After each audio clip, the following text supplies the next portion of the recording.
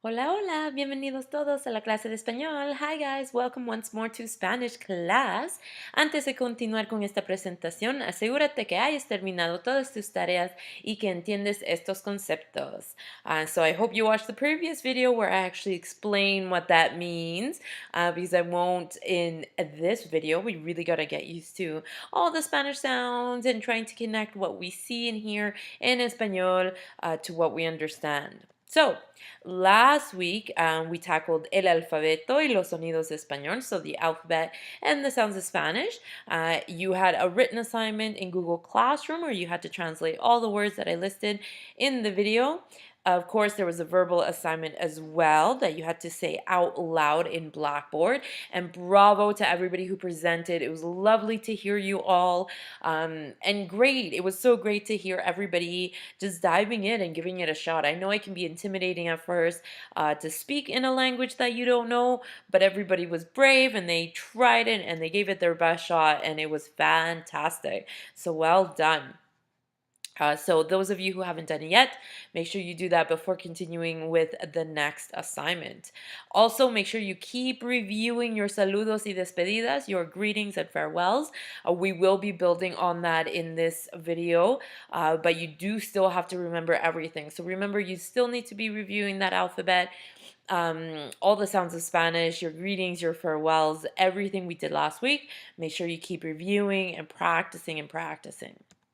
Okay, so moving on this week, we're going to start looking at información personal, so your personal information. So we're going to learn how to say things like my name is in español.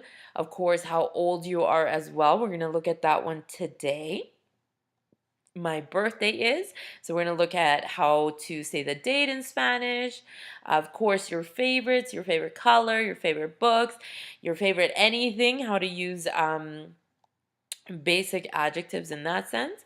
If you have any brothers or sisters, we're going to do a family portion. So if you don't have brothers and sisters, aunts, uncles, parents, guardians, half sisters, in laws, all that fun stuff. And of course, to state what you are as a student. So, what you're studying, what school you go to, things like that. So, make sure again that you're jotting this down. Remember, with every video, you should have your notebook out, you should be taking notes. Or if you want, you can have another tab open on your computer so you can be jotting this down. But definitely writing this down, writing down any questions you might have, anything that might not make sense. So our goal over the next couple weeks is to be able to say all this stuff in español. All right, so starting with the first one, ¿Cómo te llamas? What are you called? That's the literal translation. Really, that translates to what is your name, but it's ¿Cómo te llamas? So remember all our sounds that we looked at last week. ¿Cómo te llamas? The double L making a Y sound. ¿Cómo te llamas? It's what are you called, or what is your name? Me llamo is how you respond, and you simply put your name there. So if your name was Joe, you'd say me llamo Joe.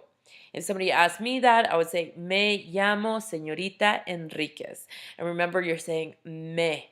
So a lot of students want to say me because that's what it looks like in English, but remember it's me. If you say me, it actually means something totally different in Espanol. So you want to make sure you're saying me llamo. Again, literally it means I am called. ¿Cuál es tu nombre? Is the next one. Again, just a different way to ask somebody what their name is. And you would respond with mi nombre es, my name is. So this is literally what is your name? My name is. And again, if your name is Joe, mi nombre es Joe. I would say mi nombre es Señorita Enriquez. And of course, it's my name is. So one more time for pronunciation. ¿Cómo te llamas? Me llamo. ¿Cuál es tu nombre? Mi nombre es. Right? And es, again, we looked at it a little bit last week. A lot of students like to put a little French accent in there so they don't say the S. Make sure you're saying es. Mi nombre es. All right, so this you're going to hear a lot about over the next few weeks, probably the entire year, the difference between formal and informal. So this is not really detected at all in English. We really don't make that differentiation. There are some subtleties every now and then, but in Spanish, it's a big deal. It's really, really a big deal whether you address someone informally or formally. So informal means you're having kind of a casual conversation. So usually it's amongst friends, so anybody who's roughly around your age or your siblings, friends, anything, your classmates, anything like that. However, the next side of that is formal. Formal conversations are with your teachers. When you get a job, it's your bosses, usually anybody older than you in a more formal setting, right? So usually not at home, just relaxing. And it's really, really important. It's a form of respect in Spanish speaking cultures. So you want to make sure that you're addressing your teacher formally and your friends in class informally. Just an example. So this next part is como se llama. So if you want to ask somebody who somebody else's name is, whew, that makes sense, then you would say como se llama. So let's say you're talking to a friend in class, it's right before class starts, then a new student walks in and you ask your friend, what are they called or what is their name? Then you use this como se llama. Of course, the person you ask would respond with se llama. So they are called or their name is. If you want to ask somebody formally what their name is, you would say ¿Cuál es su nombre? ¿Cuál es su nombre? So if you come to class and you forgot my name, you don't see me every day like in a traditional school, so you're like, oh my God, what's her name? You can simply ask me in a respectful, formal way, ¿Cuál es su nombre? Of course, if you're asking somebody else, if you ask a classmate and they respond, then they would say su nombre es, so their name is. And of course, this is formal. However, if you were to ask me directly, ¿Cuál es su nombre? I would, of course, say mi nombre es, just like the previous slide.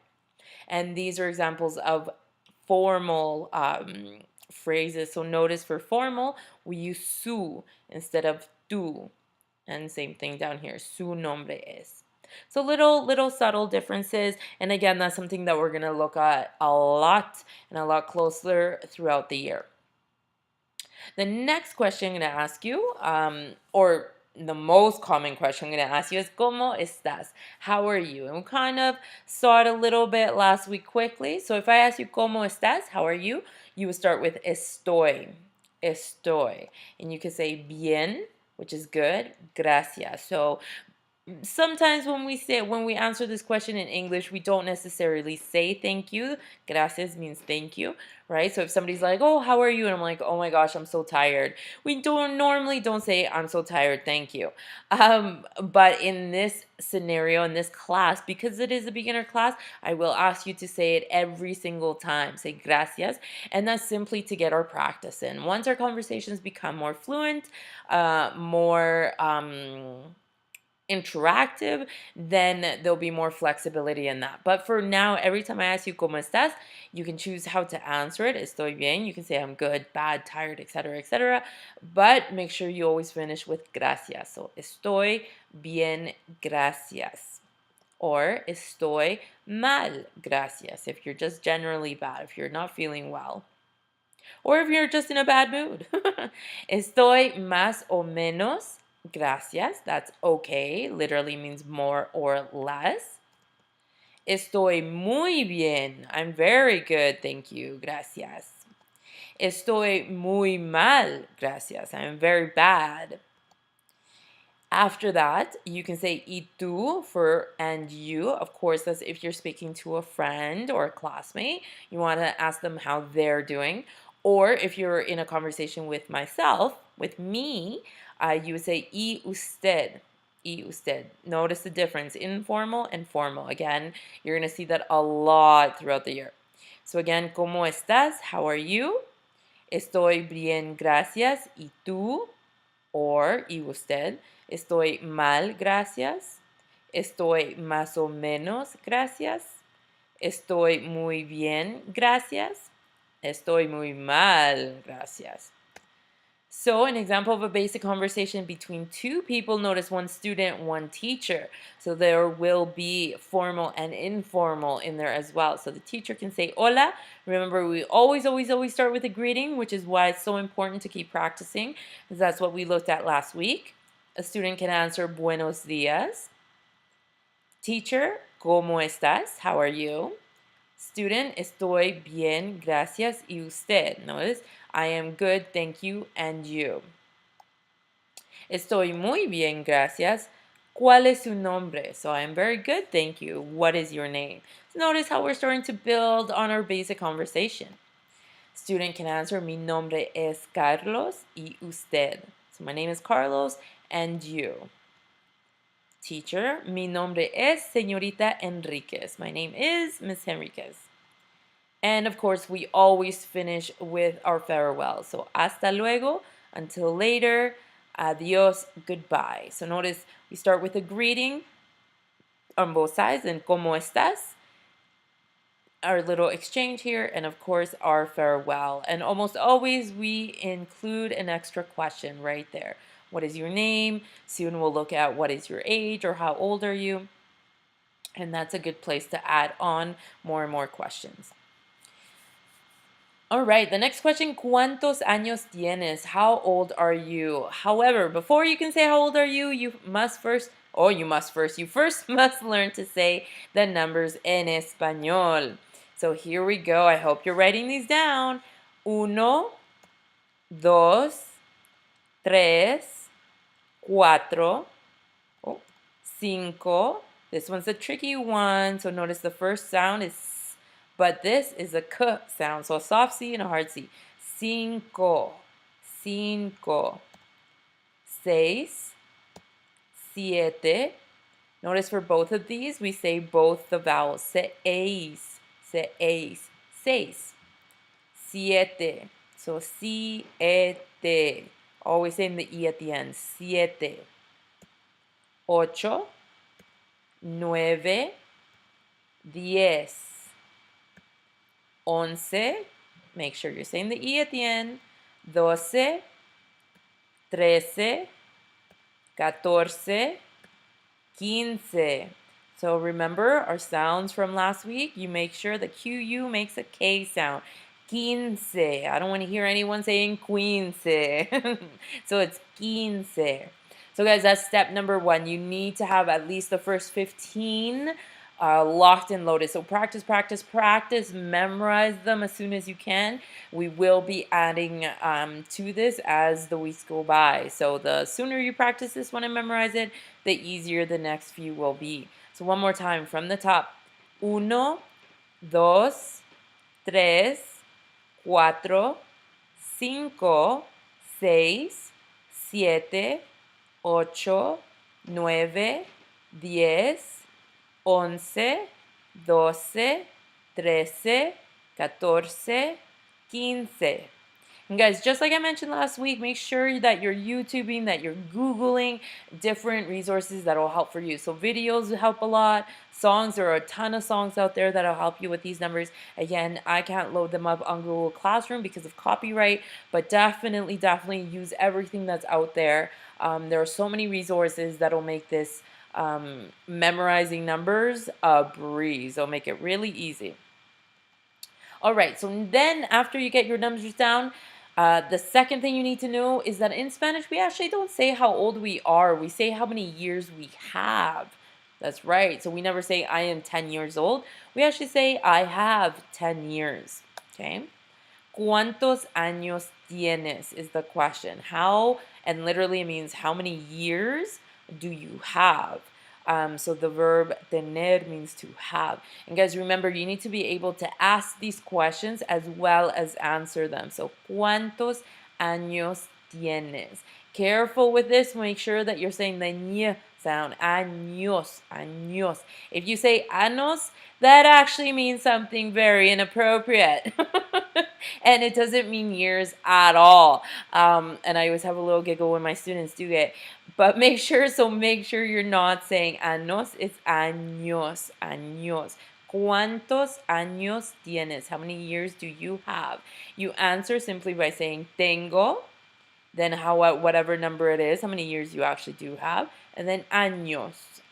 So tengo, for example, if you're 8, tengo 8 años. I am 8 years old, which literally is I have 8 years in español, right? If you're 10, tengo 10 años. If you're 15, tengo 15 años. Or if you're like me, tengo 34 años. Oh my God. I'm not actually going to tell you what that means in English. You're going to have to figure it out. But that is the structure. So, ¿cuántos años tienes is the question. Tengo, then the number años to say how old you are. Or in español, how many years you have.